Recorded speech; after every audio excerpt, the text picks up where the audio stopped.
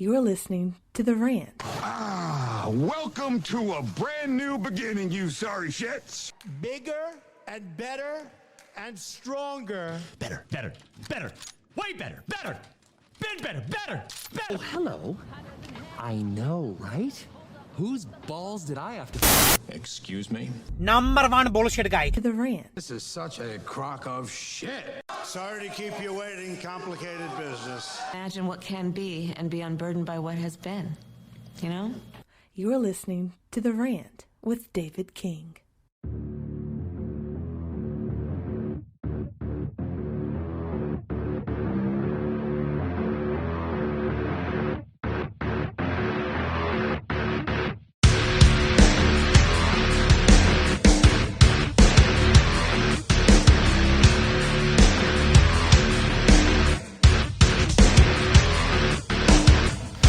Hello, everyone. Welcome to The Rant.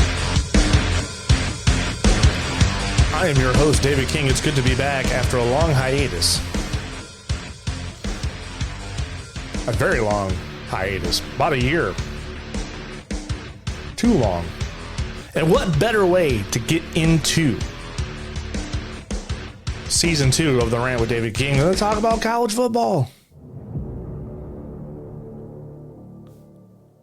You know what I mean?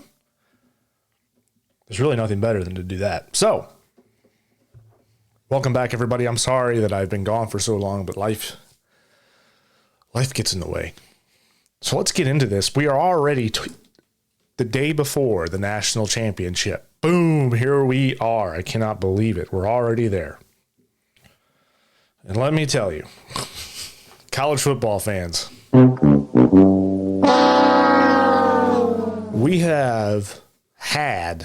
we've been bamboozled. We were told that the 12-team playoff was going to fix everything. We were told that everything that needed to happen was going to happen this year. That the 4-team playoff was going to go away. That the speculation of who should be in and who should be out, and this argument about, hey, we deserve it, they deserve it, who doesn't, blah, blah, blah, was going to end with the 12-team playoff. And it was the complete opposite of that.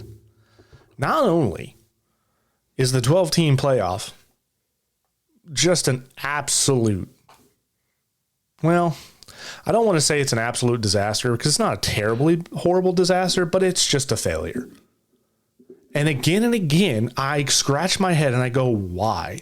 Now, listen, this is not a bias, okay? I don't have a bias here.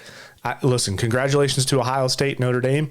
Ohio State certainly proved that they have every reason to be where they're at right now. They've played lights out football. I just don't know where. I'm not trying to go off a topic here, but where was this Ohio State team in the regular season? If I'm an Ohio State fan, first off, I'm elated because of what I'm seeing. But at the same time, I have to ask, like, where the hell was this during the regular season?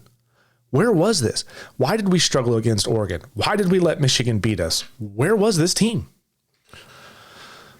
And I know the rest of college football is probably like, damn you, Michigan. You awoken a beast. You woke up a giant. You did something. You freaking poked the bear too many times, and now look at what you've created. So they have every reason to be where they're at. There's no doubt in my mind. And I'm not going to sit here and tell you otherwise. I hate Ohio State. Hate them. I will not be rooting for them tomorrow. I'll be rooting for the Irish. Go Irish. But they deserve to be where they're at.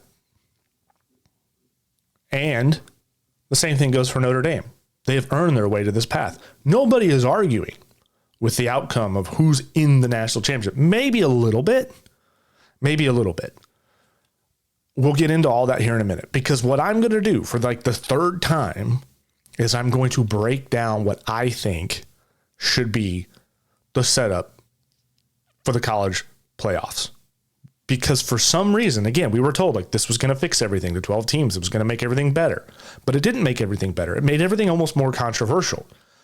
And not even so much because it's like who got in and who didn't get in. I know really the only controversy before the playoffs started was should Alabama be in there? And that's not a controversy. Alabama had no business being anywhere near these playoffs. You were a 3-loss team. I don't care who you beat. You did not handle your business in the regular season. You lost to teams that you should not have lost to. And not only that, but you lost bad. Now, you could say the same thing about Ohio State, but Ohio State only had 2 losses. If Ohio State had a 3rd loss on their record, then yeah, you can make the same argument. They don't deserve to be in there. They lost 3 games. I don't care. This idea of strength of schedule, like strength of schedule is such an archaic measurement in college football because you never know who you're going to really face until the season gets started. You don't really know. Everybody knew that Michigan wasn't going to be the same Michigan football team from last year because half the team went to the NFL, including all of their coaches. So nobody really knew who the Michigan team was going to be. And they ended up being like way worse than anybody ever thought. They had no offense at all. Defense was great. No offense. So you don't know what you're getting into. So like you could have a schedule that looks weak on paper going into it. And then you find out like 2 or 3 of those teams are freaking lights out. They're real good, especially now in the world of NIL and transfer portal where things are just constantly changing. A team last year is not going to be the same as a team this year. So you cannot go on strength of schedule. You can't say, especially today, like, well, you played Alabama, so that means you had a harder schedule than this other team that didn't play Alabama. It's like Alabama's not Alabama anymore, folks. And we're not really quite sure what Alabama's even going to be going forward. They're certainly not going to be a terrible team. They're still going to be good, but they're not going to be Nick Saban good. You know what I mean? Like those days are gone. And so you can't go off the strength of schedule anymore, at least not in my opinion. I mean, sure, it's a metric. You could look at it and go, okay, well, if we really have to get down to the nitty gritty here to figure out who's going where, well, then let's just see who they played.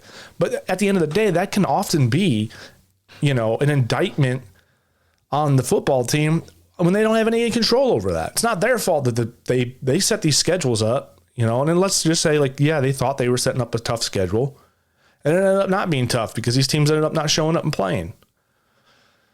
This year in college football was chaos. Every team was self-destructing. Every team, there was only one undefeated team this year. It was Oregon. That's crazy. Nobody knew who was the best team in college football this year. Nobody even really knew who was the best 4 teams in college football this year. That was crazy. And it was like night and day difference from last year. Now we can blame everything from NIL, transfer portal. We can even say the fact that they got rid of, they put helmet microphones in the quarterback's helmet now might have changed the outcomes of some of these games. Listen, if you think Michigan was the only one stealing signs, you're freaking crazy. It was awfully quiet over in the SEC when Michigan got called out on that. A lot of coaches were saying it don't matter. You can, like even Deion Sanders said, you can mail me your playbook. I still have to stop it. All that told me was everybody is doing this. Everyone has an iPhone. Everyone's got a TV. Everyone's got a recorder. Like everyone can see what the other team is doing now. It's not like it's you. Yeah, Colin Stallions ran a freaking. I'm going to tell you something, folks. When you want some shit done, even if it's shady, if you want it done and you want it done well, you bring in a Marine, man. Connor Stallions went full recon, Ricky Ticky recon Marine on all these teams. He had a system like nobody else. I'm like, damn, son. Now, that's not to say nobody else was doing the same thing. It's not like he may have pulled that out of his hat, but he was doing it. He was executing. I would want that guy to come work at my company. Anyway, I digress. I'm getting off track. The point is, like, everything was chaotic this year, and that didn't help for sure. Like, that did not help. I think the committee was betting on the status quo of college football, which is you've got like the same 4 teams in the top 5, right? Georgia, Alabama, Ohio State, and then that one single outlier, which could be like a Michigan or an Oklahoma or just somebody or a Clemson. Somebody just kind of sneaks in there and does pretty well. We didn't have that at all. At all. And so what do you do when you have this much disparity? Like you got to figure out who's who. Well, I've always said that the best way to do this is to only allow conference champions into the playoffs. Then you don't have anything to bitch about. Here's the thing we always hear about. Are rivalries dead? Does the conference championship really matter? Is the conference championship more of a penalty than a plus? Right? Because we heard about like the SMU Clemson game. SMU has to go play an extra game, and if they lose, they'll be out of the playoffs. So we got it. What are we going to do? It's like, of course they're going to get back in, right? They have to. Because then you're punishing them for playing a conference championship game. So there's all this kind of ridiculousness going around here. And we were told, hey, the this 12 team's going to make it better, didn't make it better. And then on top of that, the way they seeded teams didn't make it better. Didn't even make sense. Oregon, who was the number one team in the country, the only undefeated team in the country, had arguably one of the hardest paths to the national championship. They had to play Ohio State, right? In their first game after being on a bye. Like, and that's another thing we'll get into is bye weeks. This whole setup is so unbelievably mismanaged and poorly operated. And we shouldn't be surprised because these are the same people that brought us the BCS. They're the same people that brought us the 14 playoff, and it's never been right. And they keep telling us, oh, we're going to make this change and then it will be right. And then it's not. I don't understand it. It's like DC, Washington, DC level incompetence over at the CFP committee. I just don't know if it's because there's too many cooks in the kitchen and nobody can make a decision. And I feel like these guys get in a room and they just argue and argue and argue and they can't come to a conclusion on anything. And maybe that's the problem. I don't know. Tell me, you guys comment. I am going to post this playoff bracket because I'm going to go through it here in about a minute. I'm going to post this playoff bracket on the Rant Facebook page and the Instagram page, and I'll probably post it in some of the college football fan pages that I follow just to get some see what everybody thinks. But tell me what you think. Like, why do you think the committee can't get this right? I would love to know what you think about that. And you can email me, you can comment on the post, but why do you think the committee doesn't get these things correct? Because they don't. They just never seem to get it right. It's so weird. So anyway, let's get into this. In the past, I've always said only conference champions should go to the playoff. That's it. You would simplify everything. There would be no parity, really.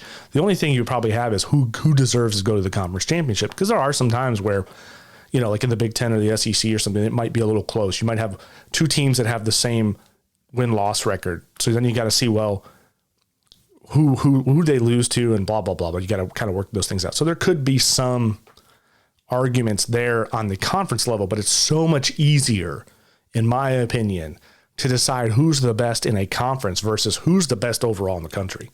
You know what I mean? Who deserves to be in the top 5, top 10 in the country, or top 15, top 20 in the country versus who's the top in your conference. It's so much easier to kind of figure that out. So what we're trying to do here, the whole point of this national championship is we're trying to find the best team in the country. Now, we both know that the best team doesn't always win in college football. In fact, it happens all the time. It's not the NFL. It's not as consistent. It's not as predictable as the NFL. A myriad of things can happen. I mean, look at Ohio State. They are on a run right now. Where was that in the regular season? Nowhere to be found. If you would have asked somebody halfway after the Oregon Ducks game, or even after the Michigan game, we were all thinking, is Ohio State even going to go past the first round?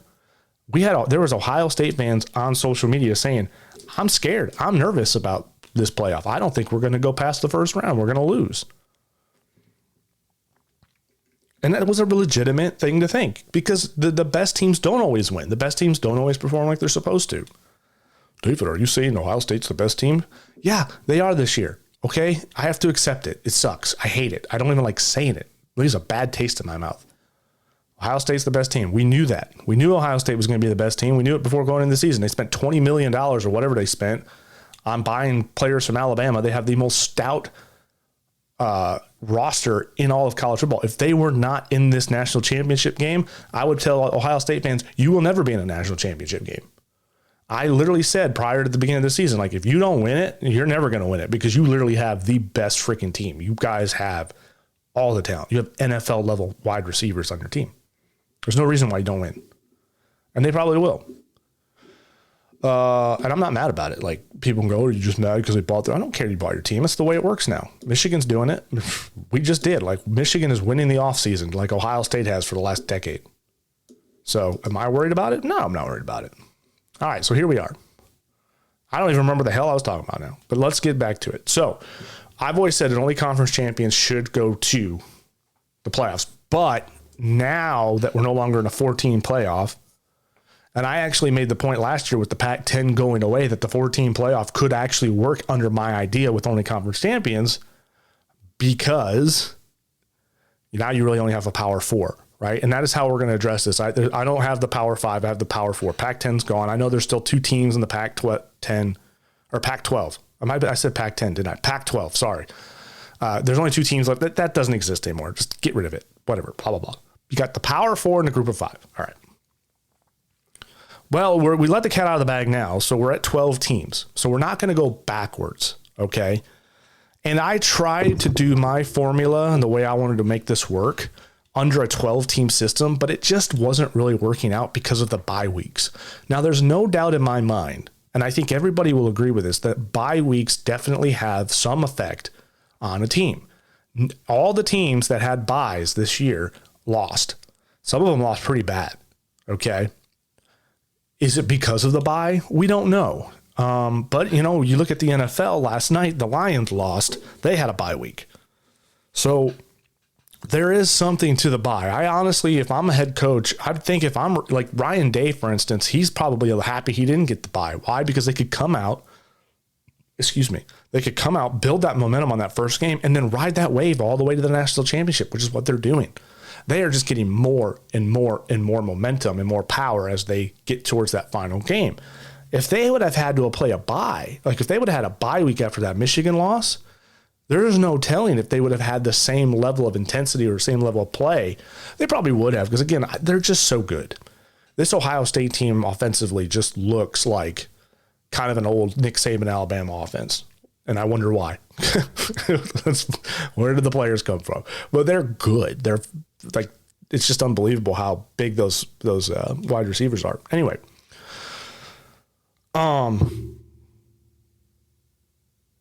so the bye week has an effect. So I was trying to do this under a 12 team, but the problem is like somebody was going to get a bye, and then the bye was going to I tried to do it where every team was going to play in the first round, but then somebody was going to get a bye in the second round and then play in the semifinal. And I was like, well, that doesn't really make sense, because now you're getting a disruption. And, how do you think about this? Would you rather have, as a team, would you rather have a bye on the first round, or would you rather have a bye on the second round? So in other words, you play the first round, you get a bye the second round, and you come back for the semifinal. You could make the argument that would be kind of beneficial, and that would work under a 12 team, because then Oregon, being the number 1 seed, would probably play a first round game, get a bye on the second round, and then play whoever wins the bracket and get into the semifinal round. That could potentially be a thing that would work under a 12 team. So if they wanted to stay under 12, that's fine. But I think everyone's talking 14 teams, right? 14 teams. Under the 12 team setup I had, this is the way. So I'll get into this right now, because I think it's best to just go ahead and get right into it.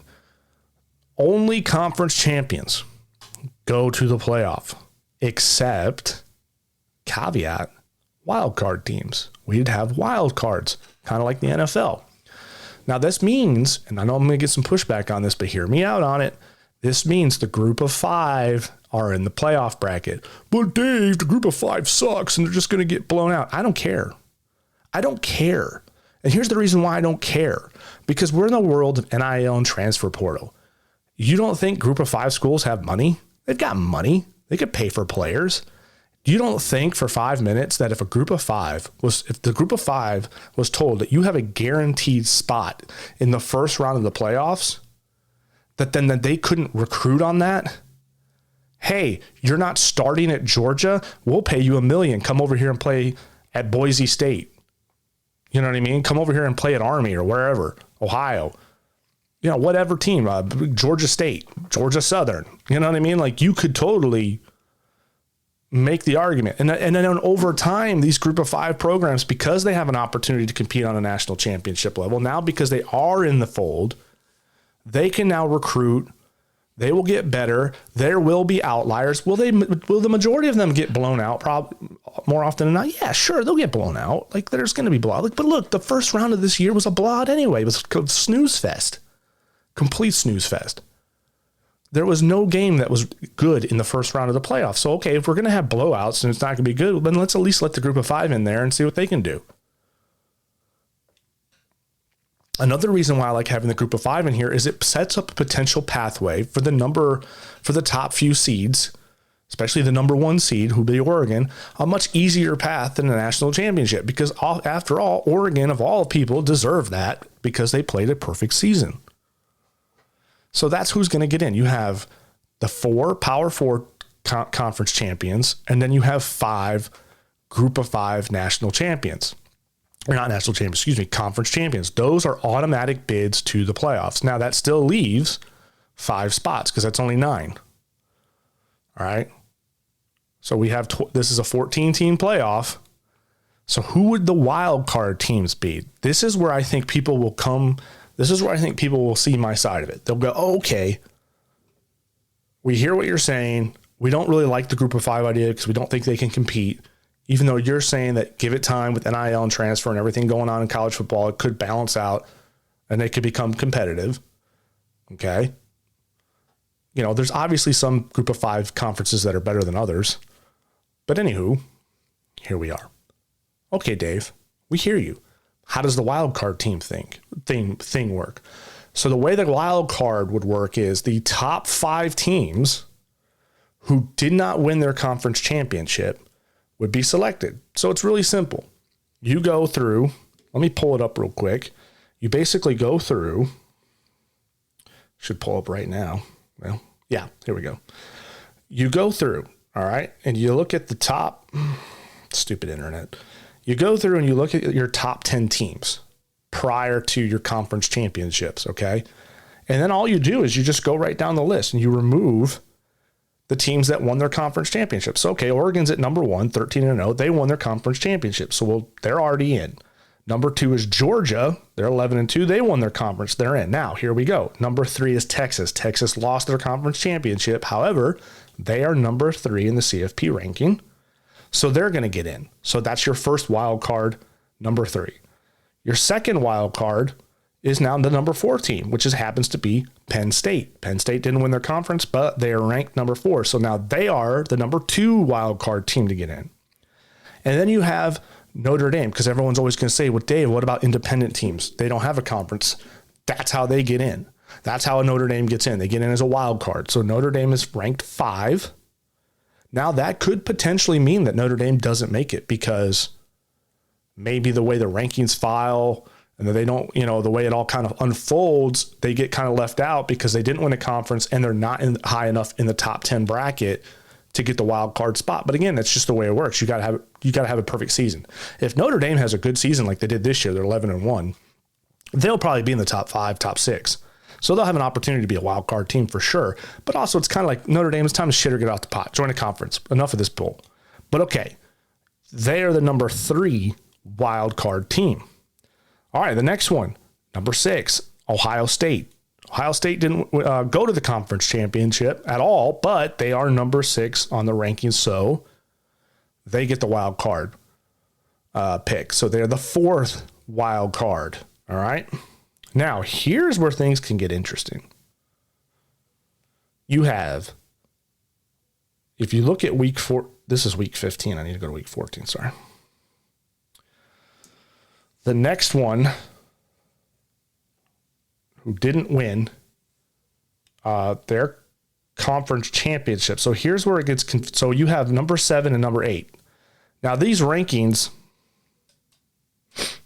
are pre-playoff. So you would have Tennessee or SMU would be the next potential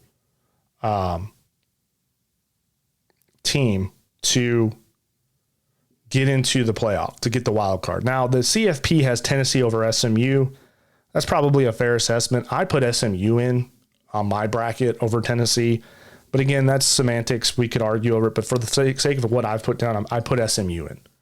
So your 5 wild card teams are Penn State, Notre Dame, Texas, Ohio State, and SMU. Okay?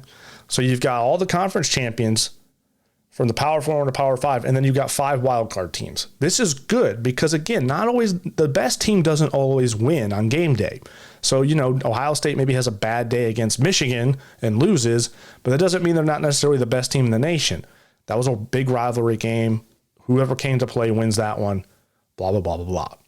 Same thing for like Texas. Texas only lost to Georgia in the regular season. Well, no, they lost to somebody else. But anyway, regardless, Georgia, Texas could get in. It's just how the rankings fall. But this allows those teams that may have just barely missed the conference championship or just didn't win the conference championship. Maybe they went and they just didn't win. You know what I'm saying?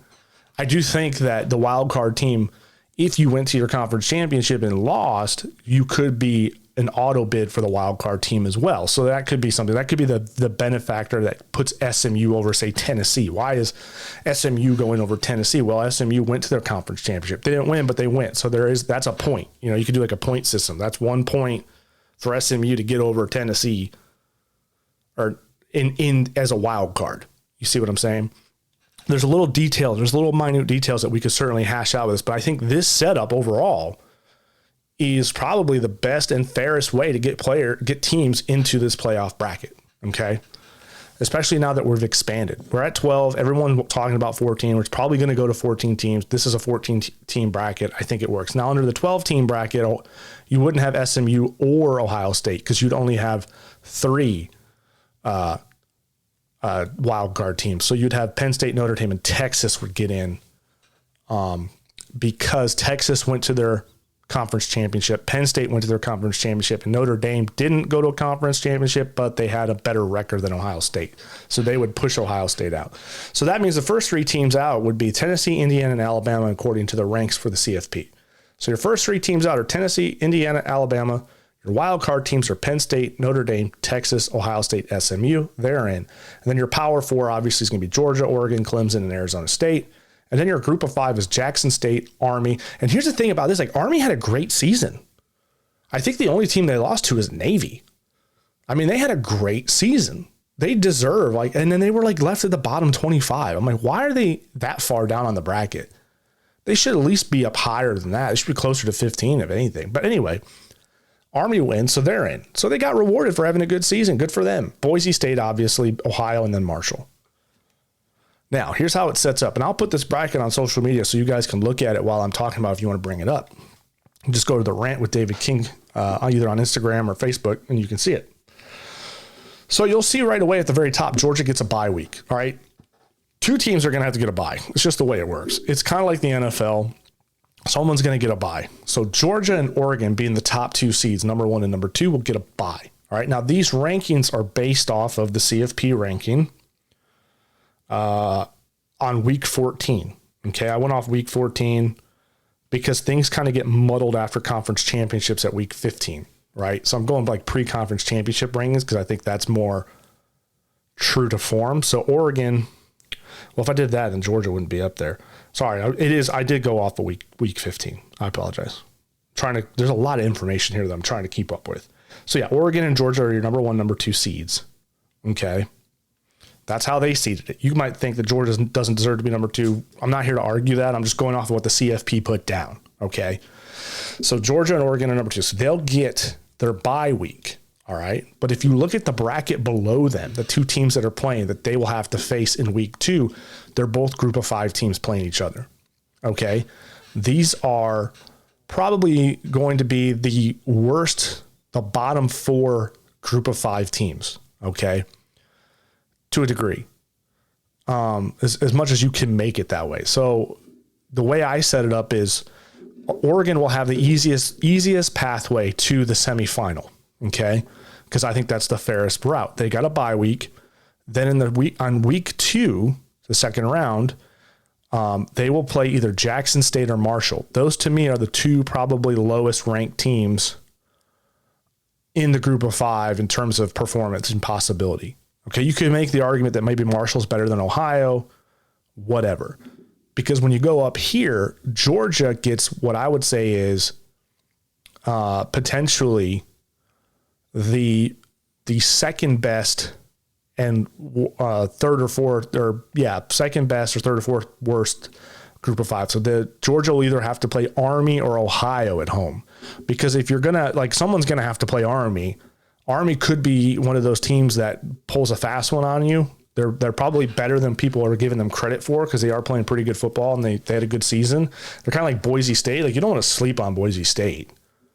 And so that team Oregon shouldn't play Ohio or Army. Oregon should play the easiest teams of the group of 5 in our So they'll just play basically the lowest 2 ranked teams. I don't know what the ranking teams, I don't know what the ranks of these teams are in reality. I just kind of ranked them based off what I thought, So I would put Oregon with Jackson State and Marshall. They're going to play one of those teams at home in the second round, and Georgia's either going to play Army or Ohio, not Ohio State, but just Ohio in the second round of week 2. Okay. You'll also notice on this chart that there's an H next to some of these teams. That means these are no longer bowl games. These are not neutral sites. I do not believe that the first and second round should be neutral sites. I think we should reward teams that play well by allowing them to play at home. I've always thought that, but Joel Klatt on his podcast, the Joel Klatt Show, the Joel Klatt podcast or whatever it's called, great podcast. He made the point of it punishes the fans to have to travel 4 games, or however many, because you might be in the conference championship too. That could be a 5th game, whatever, to travel all of these different games to follow their team to their national championship. National championships are hard to get. They don't happen very often. There's very few teams that get them back to back to back, or even are in the playoffs back to back. That could change now with the big expansion, but it is expensive. Like these playoff games are like $1,000 a ticket. So you think about that. You pay $1,000 a ticket plus airfare. It's ridiculous. If I'm an Ohio State fan, you're dishing out big freaking bucks if you want to go watch your team on their march to a national championship. And I just don't think that's right. Plus, I also think it's just better that these teams play on campus. It's college football, for crying out loud. Like, let the fans be there. Let the fans support their team as best to their ability. And I think playing at home is the better option. I think it does provide a sort of advantage. You get the home field advantage, which I think Oregon and even Georgia would deserve in this situation.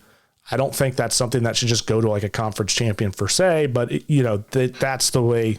I do think that it makes more sense to play on campus. Now, the semifinal week, you'll see I have Orange Bowl and Cotton Bowl on this one because that's what those semifinal games were this year. Those bowls could rotate. They could rotate between whatever top bowls want to be there. But yeah, now you're playing on neutral sites for the semifinal. But here's the thing. I changed this because I heard Joel Klatt say it. I could not agree more. It was probably one of the best ideas he's ever had, which is the national championship should be the Rose Bowl on January 1st. It made perfect sense. Oh my God, it was a breath of fresh air to hear someone say something so perfect on these talk shows, these sports shows, because it's always so often you just hear blowhards saying things. You're like, why are you even saying that? It doesn't even make sense. This makes total sense. First of all, the Rose Bowl, he said the Rose Bowl is probably the most significant bowl, most significant event in college football. I would agree. The Rose Bowl is prestigious. They have a huge parade. It's a big deal. It's a huge thing. You never ever heard anybody complain about going to the Rose Bowl. It was always a big deal. We're going to the Rose Bowl. And so why not make that our Super Bowl, our unique thing to college football, right? Because every sport has it, just like Joel Klatt said. Every sport has their own like unique sort of national championship game. This NFL has a Super Bowl, baseball has the World Series, blah, blah, blah, blah, blah. Why not make the Rose Bowl college footballs? I completely agree. It's set up perfect for it. And then on top of that, it would be on January 1st, which then, like he said, would help with scheduling issues and the transfer portal and all that. It would fix all of these issues with, scheduling. And then also on top of that would fix trying to compete with the NFL. Because that's another thing. Like you're trying to compete with eyeballs with the NFL. I will be honest with you. It feels weird that I'm still talking about college football this far into January. It's even weirder because my team's out of it, right? Like if you're the casual college football fan and you really just like pulling for your team, you're probably done. You've moved on. You're watching hockey or basketball or something else. So I think it's really a good idea that college football really hone in on this and be done by January 1st, because now you're trying to compete with other sports and other professional sports on top of that. And you're almost fighting yourself. And then on top of that, you're messing up schedules for transfer portals or whatever. So I like this idea of the national championship will be the Rose Bowl game January 1st. That's how I have it on my bracket. Okay, so let's get back to it. Georgia's got a bye. Oregon's got a bye. Now, the next one on the bracket below Georgia is Army and Ohio. Okay, This is not based on ranking, guys. This is just based, I mean, it kind of is, and I didn't put the rankings in here, but this is based on like the path for Oregon and Georgia. They're the two best teams in the playoff bracket right here, right? Number one, number two. They deserve to have the easiest pathway to the semifinal. Okay. So that's why I've put Army and Ohio underneath Georgia and Jackson State and Marshall above Oregon on this bracket. They're going to play one of those teams at home. All right. And that's even better for them too, because they're coming off a bye week. So if you're on a bye week, you might come out cold. Do you want to come out cold against Penn State or Clemson or Arizona? No, that wouldn't be very fair to Oregon or Georgia. Let them come out cold against a group of 5 team that's in the lower tier of that group of 5 team. Now, granted, Oregon would probably rather come out cold against Ohio, Marshall, or Jackson State than Army, but they get that benefit because they're the number 1. So these bye teams, yeah, they get the bye. The bye's not ideal, but they're coming out and playing against a group of 5, not a power 4 in their second round. Okay, so they're coming out cold. At least they're not coming out cold against arguably one of the better teams in college football. And this is actually almost a little more fair for that group of 5, because the group of 5 doesn't deserve to be punished simply for being in the group of 5 either. So at least they might have it. Army beats Ohio, let's say. They go play Georgia at home. Georgia's cold. Maybe they put up a good game against Georgia. They pull away to get a 3-point touchdown, a 3-point field goal to win the game. You never know. You know what I'm saying? Like it could almost be an equalizer for the group of 5 that these two teams come out cold. It could make for some really good drama in terms of what's going on the field. So that could be interesting. It may not happen, but it could. And then below them, in the second bracket, set of bracket, you have Clemson at home over Notre Dame. So Clemson, in my mind, this is how this will work. So every wild card team plays one another. So before I even get into Clemson, Notre Dame, let's talk about that. So what do you got? You got Texas and SMU will play each other in the same top bracket as you'll see. Texas is at home because they're the higher ranking wild card team over SMU. They had a better season than SMU. They're considered a better team than SMU, blah, blah, blah, blah, blah. They get the home game advantage because of that. That's how you would figure that out. You'll also notice that Texas is kind of opposite of Georgia. What I'm trying to do on my bracket, if I'm in the CFP committee and I'm the commissioner and I'm the one overseeing all of this, I want Georgia and Texas to play each other in the semifinal. Okay. I don't want Texas and Georgia playing again in the national championship. Ideally, what I would like to have is either the Big Ten playing the SEC in the national championship or like the ACC playing the Big 12. So what I've done is I've got the SEC up here on the top bracket, set of brackets, and along with the ACC, because you got Clemson there. And then on the bottom one, I got the Big 10 and the Big 12.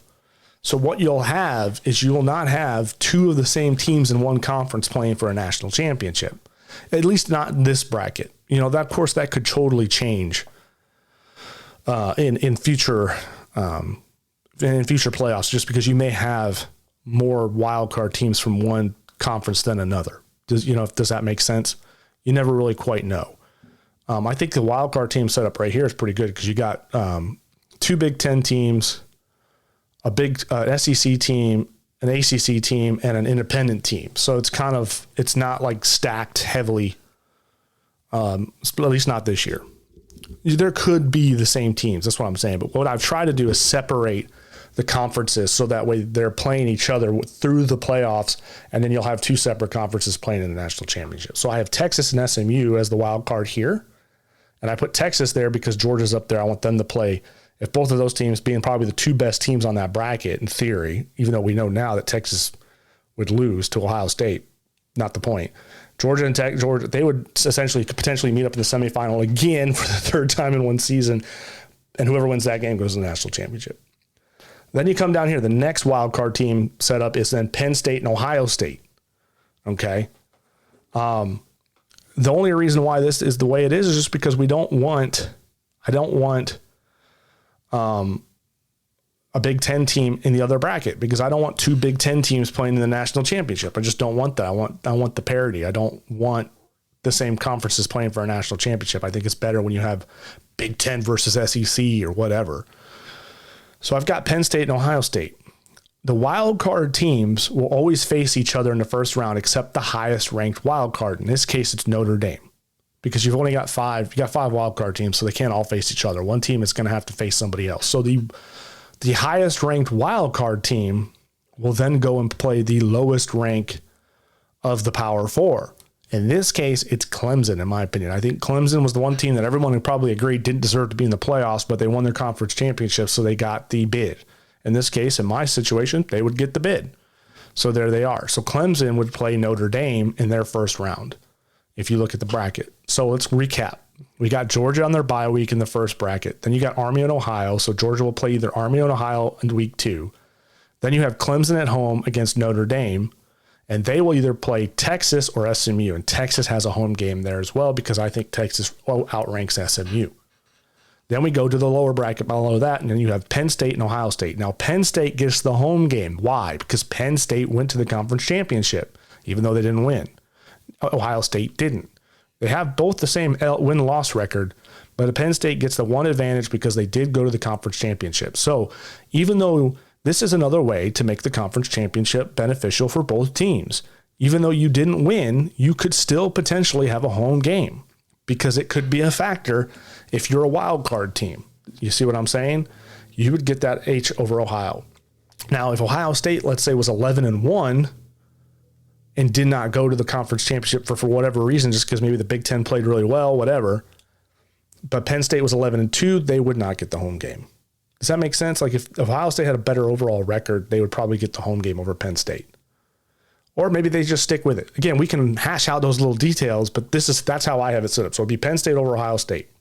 That would be that's a good first round game to play. Not if you're Ohio State or Penn State. You're probably like, damn it, that's not what I want. But you're a wild card team. Like, you didn't win your conference championship, so you don't get the benefit of having the easiest path to the national championship. So the same thing as like Texas and SMU. Now you can make the argument like Texas has they've got a better chance because they're playing at SMU. That's true, but then Texas does have to go off and play either Notre Dame or Clemson. Okay, probably Notre Dame. And then they've got to go they're going to probably face Georgia. See what I mean? So they've got a tough path.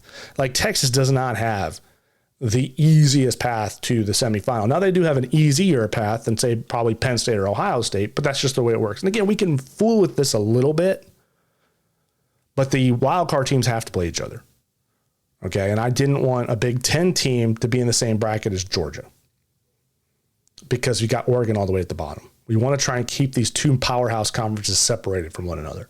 That's what I'm trying to do. And then below Penn State and Ohio State, you have Arizona State, which is a conference champion. So they got a home game over a group of 5. So all Power Fours will play a group of 5 unless they get a bye week. So Arizona State and Clemson, except for Clemson. Clemson has to play a wild card because they're the lowest rank. But then everybody, like Arizona State, will get a group of 5 team, but it's Boise State. Okay, so they will play Boise State. And the way that will work is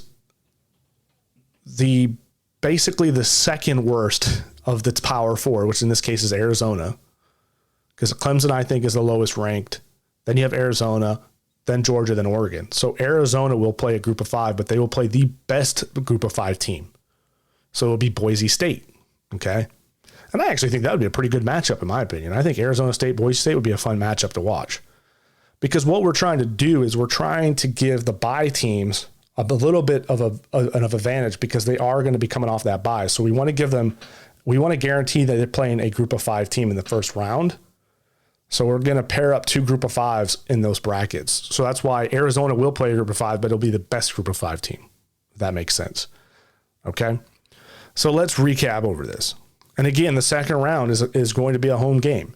And the home team is decided. Obviously, Georgia and Oregon will get the home team pick because they were conference champ. But that's how that will work. So in the second round, who gets the home game? So let's say Clemson beats Notre Dame and Texas beats SMU. Well, they both had home games, right? So who gets the home game in the second round? Well, it's the home team will be either the conference champion or the highest ranked team in the previous bracket. So in this case, if Clemson beats Notre Dame and goes on, then Texas beats SMU and goes on, Clemson would get the home game because they were a conference champion. Does that make sense? If Notre Dame beats Clemson and goes on to play Texas, it would be whoever was the highest ranked team in that spot. So it would be Notre Dame because they had a better record than Texas. They were ranked over Texas. So Notre Dame would get the home team slot. Does that make sense? That's how you figure out second round week 2. There's not a whole lot of reseeding that needs to happen. It's just a matter of who gets the home game. Okay. So let's recap. The number 1 and 2 seed will get a bye on week 1. The number 1 and 2 seed will always face a group of 5 team in the second round. That's the goal, right? Because that's the easiest path for them. Sorry, it's a group of 5. I hate to kind of punch down or whatever, or put you down. I'm not trying to do that, but that's just the reality. Like, the fact that I want you guys in the playoffs, like I want it to be there. I want to have more parity in this stuff. Like I don't want it just to be the same Power 4 teams winning all the time. I would love to see the group of 5 rise up, recruit better, and compete. But yeah, for now, you guys are considered the lesser conferences, so you're going to be in those easy spots. It may not always be the case, right? It may not. It's just the way it is. But this is how it's set up now and the best way I think you can do it. The wild card teams will face each other in the first round except the highest ranked wild card team, which is Notre Dame. The lowest ranked Power 4 will play the highest ranked wild card, so that would be Clemson and Notre Dame. The Power 4 conference champions get a home game in round 1. Okay. Wild cards get a home game in round 1 based on their ranking. Okay. And then the Big Ten and SEC will be separated as much as possible to allow for a Big Ten versus SEC in the championship. If that makes sense. I think that's, in my opinion, everyone's saying that the Big Ten and the SEC are the best conferences. Everybody wants to get into this conference. It's become 2 mega conferences. So I don't think everybody can argue about who's the best, but if you really want to hone in on who's the best conference, I think that's the best way to do it, is keep those 2 separated and allow them to face off in the national championship. Because now, not only are you looking for the national championship, the best team in the country, but you're also saying whose conference is better, right? Who won? I think that's a kind of a fun way of doing it. Let's see. Where was I? Wild card teams are the top 5 teams that did not win a conference championship. We went through that. And then all games are played on campus until the semifinals in the national championship. I mean, you tell me, doesn't this make the most sense? Like you really think about it, like this is pretty fair. I think this is the fairest setup for everybody. Again, you can make the argument that group of 5 won't be able to compete, but look, round one was abysmal, guys, this year. Like it was all blowout. There was nothing fun. There was not fun to watch. It was like, good Lord. And people could say, you're not a fan of college football if you didn't like it. It's like, no, I'm a huge fan of college football. I love college football. I sit here and watch college football. I will sit at home on a Saturday and try to watch as many teams play as possible besides my Wolverines. I love college football. I love it. It's the best. But there were blowouts, and I'm not mad about it being a blowout. That's just the way it is. It's going to happen all the time. But if we're going to have blowouts, like let's let the group of 5 in. Let's start giving them guaranteed positions and letting them compete. Because again, with NIL and transfer, if we didn't have those 2 things, I'd probably say maybe group of 5 shouldn't be in there. But now that we have this NIL and group of 5, which is leveling the playing field everywhere, and we're watching it happen in real time and very quickly, they should be allowed in. Let them play. Let them fight for it. So I think this is the fairest thing. And by doing this, we still have 5. We have a ton of wild cards, probably more than people. And people might argue, do you need that many wild cards? Well, maybe not. Again, I had a 12-team setup, but then it had a weird bye week for like Oregon in the second round. And I just thought that would be kind of weird to me. But you could, in theory, run that, right? So you could do a 3-team wild card. And I think that's super fair. We could stay with the 12-team format, do a 3 wild card teams. The number 1 seed gets a bye in the second round, but plays in the first round. Because you could make the argument that I would rather have the bye in the middle of the playoff than at the first of the playoff, because I can have a rest on week 2, but I'm not coming out too cold. You can make that kind of argument that might be better. But it may also not be better. I could throw people off. I actually think this setup might be the better setup because you're going to have bye weeks. Like there's no way around it. And here you go. So and this is the fairest way of doing it. So you have all your conference champions, and then you got a couple of teams that just barely didn't make it, right? Penn State, Notre Dame, Texas, Ohio State, SMU. Now, what does that mean? Does that mean the regular season doesn't matter anymore? No, I think the regular season still matters because you're still fighting for position. So if you're any one of these teams, you still want to try to win every game. Ohio State, if Ohio State beats Michigan, they're in the conference championship, right? And that almost guarantees that you're going to be in the wild card, even if you don't win the conference championship. If you lose the conference championship, you're probably 99% likely to be in the wild card. So either way, it's like, I'm still going.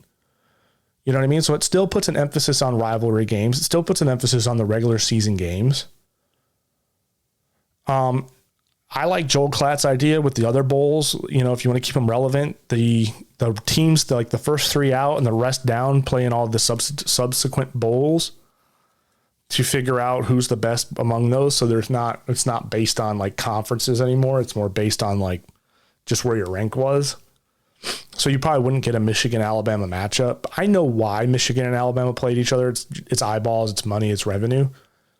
Two very large fan bases, but I mean, the fact of the matter is, like, bowl games they're going away. So they're going to have to figure out a way to compete. They're going to have to figure out a way to be relevant.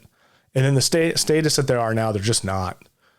They may be, like I said, the only way I could see them being relevant is if these teams, they're part of like this sort of, it's kind of like a loser's bracket, if you will. I hate to say it, call it that way, but it could be the loser's bracket. So everybody who got left out of the playoff now goes and competes down the line with those bowl games to see where they fall in the final top 25. You know what I mean? Oh, let's see.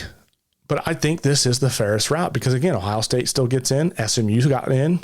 If you go to the 12-team playoff, Ohio State and SMU probably would not get in because you'd have Penn, Notre Dame, and Texas over them. You could make the argument that SMU could get in over Notre Dame because SMU still went to their conference championship. That could eliminate Notre Dame. There could be some parity there, like some argument on that one. Again, I do think if for Notre Dame's sake, they need to join a conference to make this better for everybody because it's not fair that they're independent and they just play whoever they want. But again, I truly think that this is the fairest setup and the best setup. You'd let me know. Comment. Go on Facebook and social media and leave me a comment. Leave me a comment under this photo. I'm going to post it up. And I would love to hear what you guys have to say. I think truly and honestly, this is the best way to do it. I think you solve the problem right here. I don't even think you need conference realignment, right? We don't need to have 4 mega conferences or anything like that, which is what they've talked about doing. I don't think you have to do any of that. I think this is truly the absolute best way to include everybody into the playoffs from every conference. You get the most parity, you get the most drama. Everyone has a chance. NIL, transfer portal, all of these things are a benefit to everybody from the Power 4 down to the Group of 5. This, to me, is the best way to do it. Alabama, can't have an argument anymore. You can't use these stupid things. Oh, look who we played. Look at our strength of schedule. We're so much better. We're better than all these teams. Like, you didn't handle your business. You handle your business in the regular season, you'll be in the playoffs. It won't matter about strength of schedule or anything like that. It could come down to that on the conference level. On the conference level, it'll probably come down to that, but you will very rarely, if ever, come down to it on the national level because you got 9 guaranteed spots and then 5 wild. So it's like, okay, well, who's in the top 5? All right, we've got 3 teams in the top 5 in the playoffs already. So let's go to the next top 5, right? And just work our way down. There it is. Well, Alabama, you ain't even close because you're 9-3. You're 9-3. You don't deserve to be in this. I don't even know why we were talking about it. I'm done talking about it right now. I'm sick of it. I hate it. Tired of it. But we'll see. We all both know that this probably won't happen because, after all, this is all about money. It's all about money. It's all about revenue. How much money does each game bring us in? Does an Army versus Ohio really bring in a lot of money? No. And neither does a Jackson State Marshall game. And it's probably very likely that a Georgia Army game probably wouldn't even bring in a huge amount of eyeballs, even though I would actually like to watch that game. It'd be kind of fun. Army was playing pretty good this year. Georgia, not so much. So, but you have, and here's the thing, week 1, all these games can be played. So you could have, like Penn State, Clemson, Okay, so you could do Clemson, Texas, Penn State on Saturday. You could do Jackson, Arizona, and Army on Friday. There you go. Boom. Week 1's done. Get what I'm saying? So these can all be done in 1 week. We can knock these out. The Army, Ohio, the Jackson State Marshals could be during the day on a Friday when nobody's giving a shit anyway because people are at work. Hello. So this just totally makes sense. But it's a money grab, so I get it. They're never going to want the group of 5 in here because it doesn't make any money. They were mad enough that they let Boise State in, and Boise State had an embarrassing showing, and so did SMU. So guess what's going to happen next year? Because they don't have any system really in place here. It's now gone from a 4-team to a 12-team invitational. They're going to be like, well, we gave SMU and Boise State a chance. We're just not going to let them in. We're going to let Alabama in after all. We're going to let a 9-3 Alabama in because it was probably going to be better football, even though it wouldn't because Alabama got spanked by Michigan. Michigan did to Alabama like what they did to Ohio. They just shut them down defensively.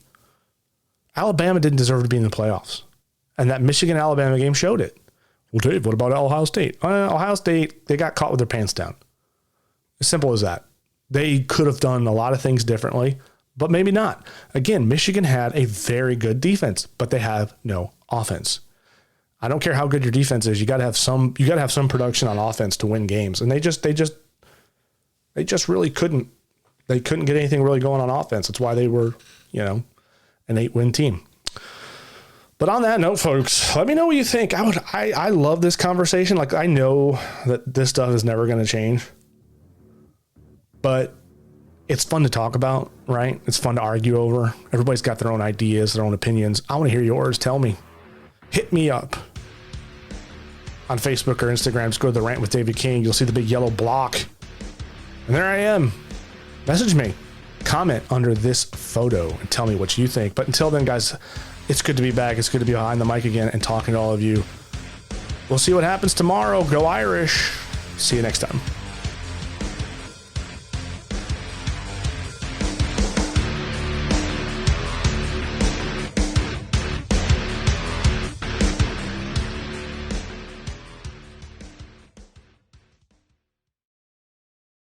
You get nothing. You lose. Good day, sir.